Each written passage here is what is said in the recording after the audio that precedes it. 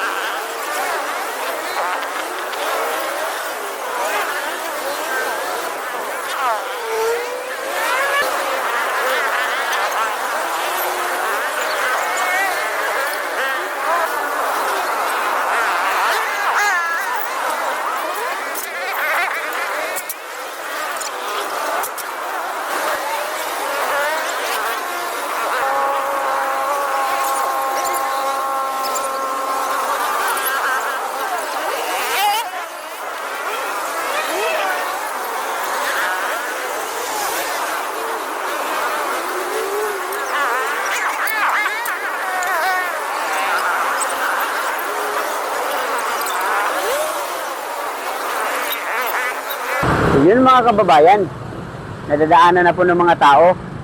Hindi po pareho kanina, ay nahihirapan po silang dumaan dahil sa damong tumubo dito sa sidewalk. So naaksyonan po natin. Kung nagustuhan nyo po ang video na ito,